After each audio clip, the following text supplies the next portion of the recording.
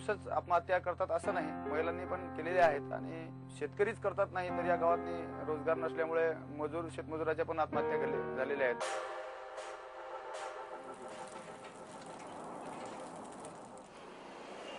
वाशिम जिल्ह्यातल्या डेपूळ गावी आम्ही पोहोचलो तेव्हा अवकाळी पाऊस नुकताच बरसून गेला होता.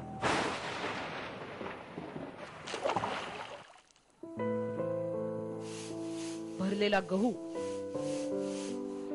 आणि उरलेला कापूस हातचा जाणार हे सांगत गावकरी आम्हाला नथू डहाणे यांच्या घरी घेऊन गेले. पिपली लाईव्हच्या नथ्थाने शेतकऱ्यांना चेहरा दिला, पण वास्तवातल्या या नथूची कहाणी डोळ्यात पाणी आणणारी.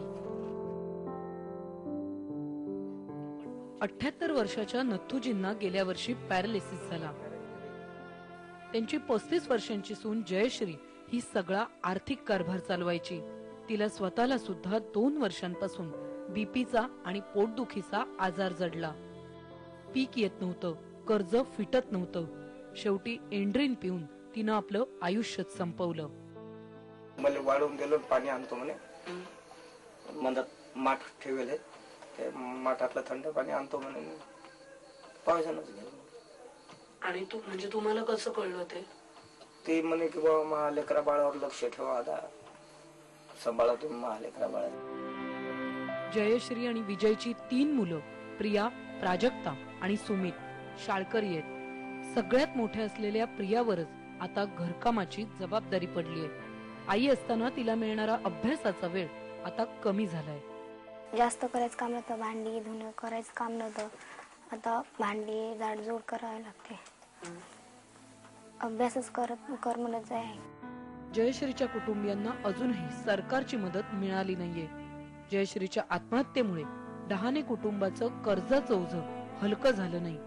15 एकरातला जमिनीचा आणखी एक तुकडा विकणं एवढा एकच उपाय आता त्यांच्या पुढे उरलाय. मागच्या वेळेस आम्ही 2 एकर शेती विकली पहा मॅडम, या अगोदरच्या वर्षी, की जरा आपलं कर्ज पाणी ते फिटलं पाहिजे. 2 एकर विकली तरी तिला हिंमत देत जाऊ की काय होत नाही कडे, आणखी 2 एकर विकू आपण, तू काही काळजी करू नको. पण डेपूळ गावात प्रस्तावित असलेल्या वारा जहांगीर जलसिंचन प्रकल्पामुळे शेतकऱ्यांच्या जमिनीच्या खरेदी आणि विक्री व्यवहारावर बंदी घालण्यात आली आहे. विदर्भातील अनुशेष भरून काढण्याच्या हिशोबाने वाशिम जिल्ह्यातनी 15-16 प्रकल्पाचे काम सुरू केलेले आहे. त्यापैकी आमचा वारा जहांगीर सिंचन प्रकल्प आहे, त्याच्यामध्ये 7 गावची जमीन चाललेली आहे. 1.5 वर्षापासून त्याच्या खरेद्या बंद केलेल्या आहे आणि अधिकारी पैसे द्यायला तयार नाही. त्यांना विचारलं तर शासनाने दिले नाही म्हणतात. त्याच्यावर बंधनं आल्यामुळे शेतकऱ्यांना शेती विकता येत नाही आणि शेती विकता येत नाही म्हणून त्यांना त्यांची व्यवहार ठप्प झाली आहे. आणि म्हणजे ते असं झालेलं आहे की आई भाकर देत नाही आणि वडील भीक मागू देत नाही, पर्याय काय करायचा अशी परिस्थिती झाली. काटकसरीने जगून मेहनतीने शेतात खपूनही शेती तोट्यातच जातीये. तेव्हा शेतीचं गणित पॅकेजने दुरुस्त करण्याऐवजी धोरणांमध्येच दुरुस्ती करण्याची वेळ आलीये. हा साधा संदेशही सरकारला उमजत नाहीये. व्हिडिओ जर्नलिस्ट रमेश भट सह अलका धुपकर, IBN लोकमत, वाशिम. एक एक कहाणी मन पिळवटून टाकणारी. 3रा दिवस आहे आज. या कहाण्या आम्ही दाखवतोय, सगळा महाराष्ट्र पाहतोय, पण मंत्रालयातल्या सत्ताधाऱ्यांना अजूनही जाग आलेली नाही. त्यांना जाग कशी आणायची हे IBN लोकमतला माहिती आहे. सतत आम्ही दाखवणार आहोत, आम्हीही सहनशक्ती दाखवणार आहोत आणि बघणार आहोत सत्ताधारी स्वतःहून प्रतिक्रिया व्यक्त करतात का. नाही केली तर कसा पाठपुरावा करायचा हे आमच्या पत्रकारांना माहिती आहे. विदर्भामध्ये सिंचनाचा अनुशेष भरून काढण्याचे आदेश राज्यपालांनी दिले आहेत. सध्या विदर्भात प्रमुख 38 सिंचन प्रकल्प रखडलेले आहेत.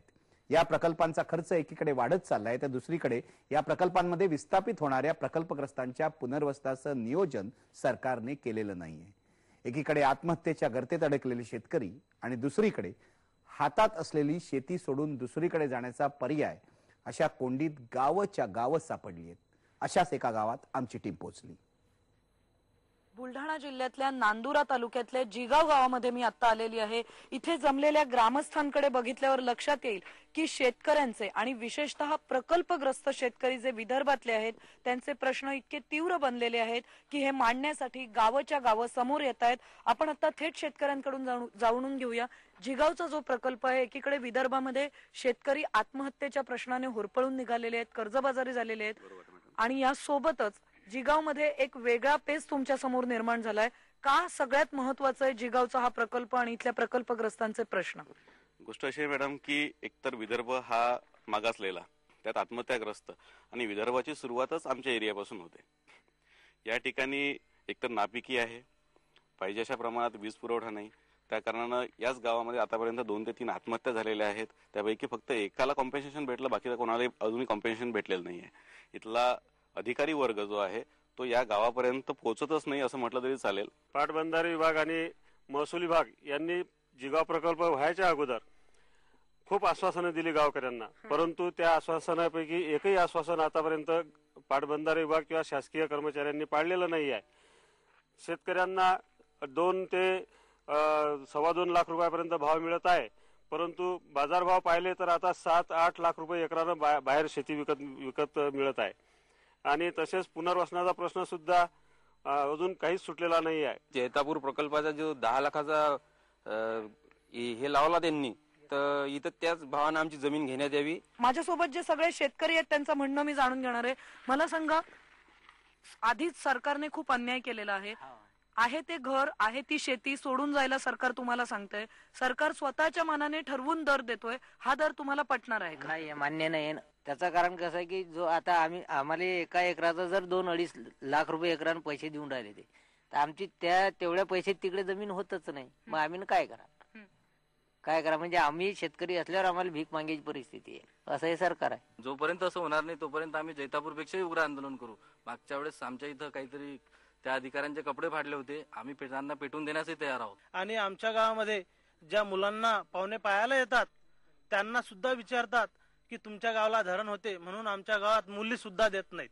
या सरकारला तुम्हाला काय सांगायचंय? शहरात 1 गुंठा 1 लाखाचा 2 लाखाचा आहे. आमच्या इकडे आमच्या शेतीला 2-2.5 लाख हे भाव देतात. हा भाव आम्हाला मान्य नाही.